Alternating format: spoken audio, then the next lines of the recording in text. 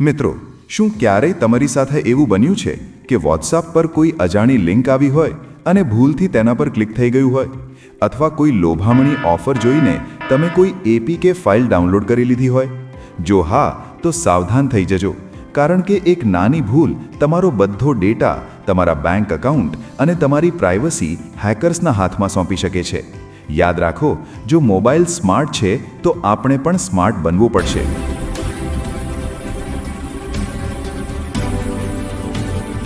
નમસ્કાર મિત્રો, સ્વાગત છે તમારું આપણી ચેનલ વાતો મારી ગુજરાતીમાં. આજના વિડીયોમાં આપણે ખૂબ જ ગંભીર વિષય પર વાત કરવાના છીએ. જો તમારા મોબાઈલમાં કોઈ અનનોન લિંકથી વાયરસ આવી ગયો છે તો તેને કેવી રીતે ઓળખવો, એન્ટી સ્પાય એપનો ઉપયોગ કરીને મોબાઈલને સ્કેન કેવી રીતે કરવો અને સાયબર ક્રાઇમથી કેવી રીતે બચવું. આ વિડીયો પૂરો જોજો, કારણ કે આ વાત તમારી સુરક્ષાની છે. તો ચાલો શરૂ કરીએ. સૌથી પહેલાં એ સમજીએ કે આ મોબાઈલ થ્રેટ્સ આવે છે ક્યાંથી. મોટાભાગે સાયબર ક્રિમિનલ્સ તમને લાલચ આપે છે, જેમ કે આરટીઓ ચલણ, તમારું લાઇટ કે ગેસ બિલ બાકી છે, તમે લોટરી જીત્યા છો, અથવા આ નવી ગેમ ફ્રીમાં ડાઉનલોડ કરો. યાદ રાખો મિત્રો, જો આવા મેસેજ તમારા ઓળખીતા વ્યક્તિના નંબર પરથી આવે તો ચેતી જજો. આ એક પ્રકારનું સ્કેમ છે, જેનો મતલબ સમજવો કે તમારા ઓળખીતા વ્યક્તિનું વોટ્સએપ હેક થઈ ગયું હોઈ શકે. જ્યારે તમે આવી કોઈ અનનોન લિંક પર ક્લિક કરો છો ત્યારે બે વસ્તુ બની શકે છે. એક, ફિશિંગ પેજ, એક નકલી વેબસાઇટ ખુલશે જે તમારા પાસવર્ડ ચોરી કરશે. બીજું, મલિશિયસ એપીકે ફાઇલ. આ સૌથી ખતરનાક છે. લિંક પર ક્લિક કરતાની સાથે જ બેકગ્રાઉન્ડમાં એક નાની એપ ડાઉનલોડ થઈ જાય છે. આને માલવેર અથવા ટ્રોજન કહે છે.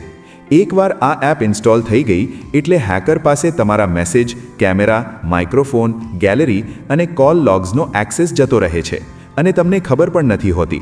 હવે સવાલ એ થાય કે ખબર કેવી રીતે પડે કે મોબાઈલમાં વાયરસ કે માલવેર આવી ગયો છે?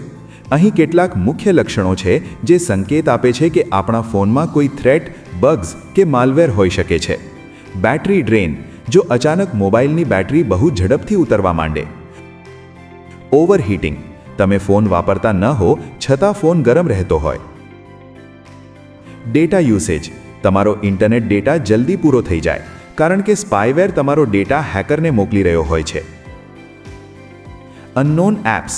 તમારા મેન્યુમાં એવી કોઈ એપ દેખાય જે તમે ડાઉનલોડ નથી કરી. ઘણીવાર આવી એપ્સમાં કોઈ લોગો કે નામ નથી હોતું, તે છુપાયેલી હોય છે. Popup ads. સ્ક્રીન પર વારંવાર જાહેરાતો આવી જવી. જો આમાંથી કંઈ પણ થાય તો સમજવું કે કંઈક ગડબડ છે. હવે આપણે જોઈએ કે આનો ઉપાય શું છે. જો તમને શંકા છે કે કોઈ લિંક પર ક્લિક થઈ છે તો ગભરાયા વગર આ સ્ટેપ્સ ફોલો કરો અને આ ડિજિટલ ચોરને આપણા ફોનમાંથી દૂર કરો. Step 1, internet of. ઇન્ટરનેટ બંધ કરી દો અથવા મોબાઈલને એરપ્લેન મોડ પર મૂકી દો, જેથી હેકર સાથેનું કનેક્શન તૂટી જાય. Step 2, check apps list. સેટિંગ્સમાં જાઓ, એપ અથવા એપ મેનેજમેન્ટમાં જાઓ. અહીં લિસ્ટ ચેક કરો. જો કોઈ વગર નામની કે વિચિત્ર લોગોવાળી એપ દેખાય તો તરત તેને અનઇન્સ્ટોલ કરી દો. Google play protect scan. ખૂબ જ મહત્વનું. મિત્રો, ગૂગલ પ્લે સ્ટોરમાં એક જબરદસ્ત ફીચર છે. પ્લે સ્ટોર ઓપન કરો, તમારા પ્રોફાઇલ આઇકન પર ક્લિક કરો, પ્લે પ્રોટેક્ટ પર ક્લિક કરો અને ત્યાં સ્કેન બટન દબાવો. આ સિસ્ટમ ઓટોમેટિકલી ખરાબ એપ્સને શોધીને તમને ચેતવણી આપશે. Step 4, using anti spy app. જો તમને હજુ પણ શંકા હોય તો તમારે એક સારી એન્ટી સ્પાયવેર અથવા એન્ટીવાયરસ એપ ડાઉનલોડ કરવી પડશે. પ્લે સ્ટોર પર ઘણી સારી એપ્સ ઉપલબ્ધ છે, જેમ કે anti spy detector, malware bytes, Avast antivirus વગેરે.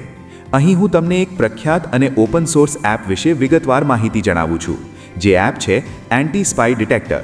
પ્લે સ્ટોર પરથી એપ ઇન્સ્ટોલ કરો, એપ ઓપન કરી બધી પરમિશન આપો. ફૂલ સ્કેન અથવા સ્માર્ટ સ્કેન સિલેક્ટ કરો. આ સ્કેનિંગમાં 5 થી 10 મિનિટ લાગી શકે છે. જો સ્કેનિંગ પછી કોઈ થ્રેટ કે માલવેર પકડાય તો એપ તમને પૂછશે તેને અનઇન્સ્ટોલ કે ડિલીટ કરવા માટે. તરત જ તેને ડિલીટ કે અનઇન્સ્ટોલ કરી દો.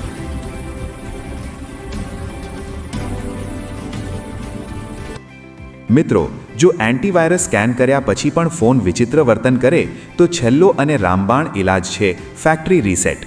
પરંતુ યાદ રાખજો, ફેક્ટરી રીસેટ કરતા પહેલાં તમારા ફોટાઓ અને કોન્ટેક્ટ્સનું બેકઅપ લઈ લેજો, કારણ કે રીસેટ કરવાથી ફોન નવો લીધો હોય તેવો થઈ જશે અને બધો ડેટા ઉડી જશે, પણ સાથે સાથે વાયરસ પણ ગાયબ થઈ જશે. જતાં ભવિષ્ય માટે આટલી બાબતો ગાંઠે બાંધી લેજો.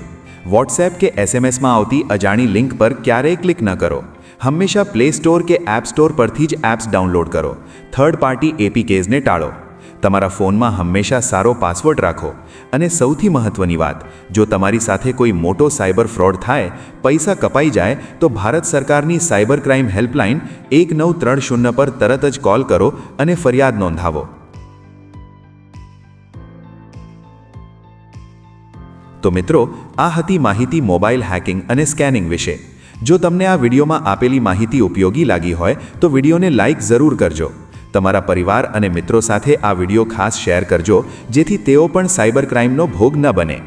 આવી જ ઉપયોગી માહિતી ગુજરાતીમાં જાણવા માટે આપણી ચેનલ વાતો મારી ગુજરાતીને સબસ્ક્રાઇબ કરવાનું ભૂલતા નહીં. મળીશું આવતા વિડીયોમાં. ત્યાં સુધી સાવધાન રહો, સુરક્ષિત રહો.